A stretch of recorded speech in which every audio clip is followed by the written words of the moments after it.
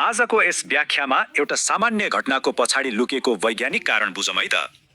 के कहिले सोचिएको छ यति सानो मौरीले चिल्दा किन यति धेरै दुख्छ? आक्रमण गर्दा मौरीले आफ्नो पछाडिबाट एउटा तीखो काँडा जस्तो स्टिङ हाम्रो छालामा गहिराईसम्म छिराउँछ। अनि त्यही स्टिङ मार्फत मौरीले हाम्रो छालाभित्र सिधै विष पम्प गर्छ। यो विषमा मेलेटिन नामक शक्तिशाली रसायन हुन्छ।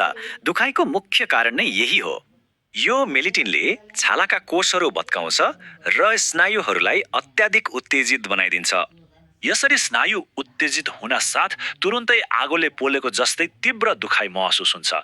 लगत्तै हाम्रो शरीरको प्रतिरक्षा प्रणालीले यो बाहिरी विष विरुद्ध कडा प्रतिक्रिया जनाउन थाल्छ।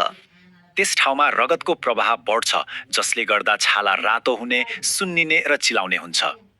अझ रोचक कुरा के छ भने कामदार मौरीको स्टिङको बनावटले एउटा अकल्पनीय परिणाम निम्त्याउँछ। यसको स्टिङ करौती जस्तो काँडेदार हुने भएकाले मानिसको बाक्लो छालामा यो सधैँका लागि फस्छ। स्टिङ फसेपछि उड्न खोज्दा मौरीको पेटको तल्लो भाग र आन्द्रा नै च्यातिन्छ। यही गम्भीर शारीरिक क्षतिका कारण मौरीले चिलेको केही समयमै आफ्नो ज्यान गुमाउँछ। त्यसो भए निश्चित मृत्यु छ भन्ने जान्दा जान्दै पनि मौरीले किन आक्रमण गर्छ त?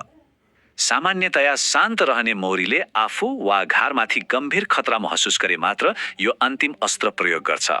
चिलेमा सावधानीपूर्वक स्टिङ निकाल्ने, बरफ लगाउने र सास फेर्न गाह्रो भए तुरन्तै अस्पताल जानुपर्छ। सानो किरा भए पनि यसको आत्मबलिदान सहितको रक्षा प्रणाली साँच्ची नै प्रकृतिको एक अचम्मको सिर्जना हो। आजको यो व्याख्या यही सकिन्छ।